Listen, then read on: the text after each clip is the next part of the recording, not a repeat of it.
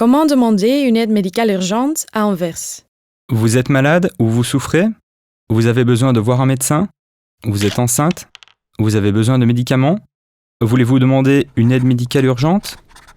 L'aide médicale urgente est également appelée Dringende medische hulp ou medische waarborg en néerlandais. Étape 1. Prendre un rendez-vous avec le centre social Plein du CPAS. Au cours de ce rendez-vous, demandez une aide médicale urgente. Vous recevrez alors la preuve que vous avez fait cette demande. Aucune preuve? Demandez immédiatement au CPAS. Étape 2. Le CPAS va alors commencer une enquête en 2 parties pour déterminer si vous recevrez une aide médicale urgente. Partie 1. Un entretien avec un assistant social du CPAS. Apportez alors les documents suivants. Une preuve de votre identité, par exemple votre passeport, votre carte d'identité nationale ou votre certificat de naissance. Le certificat d'urgence médicale fourni par un médecin. C'est ce qu'on appelle en néerlandais un medisch urgentie-attest. Si vous n'avez pas encore un certificat d'urgence médicale, le CPAS vous donnera des informations à ce sujet. Votre fiche de salaire, si vous recevez un salaire.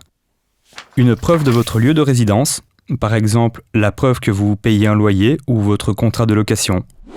Vous séjournez dans un refuge pour les personnes sans abri?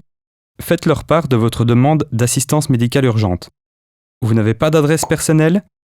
Donnez l'adresse des personnes chez qui vous séjournez. Cela n'a aucune conséquence négative pour eux. Il leur suffit de remettre les documents nécessaires au CPAS.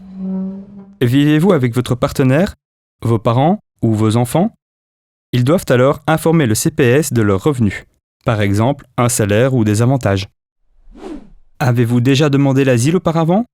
Ou une régularisation? Rassemblez tous les documents.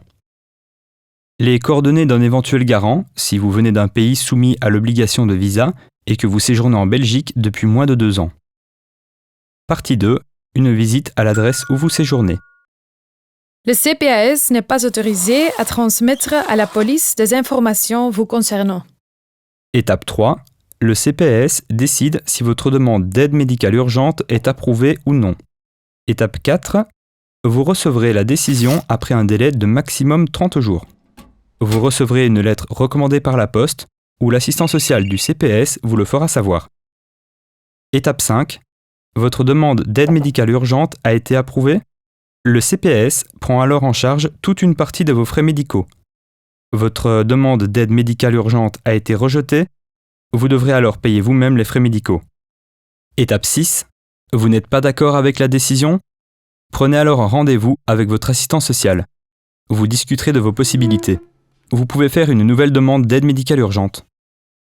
Vous pouvez également introduire un recours auprès du tribunal du travail.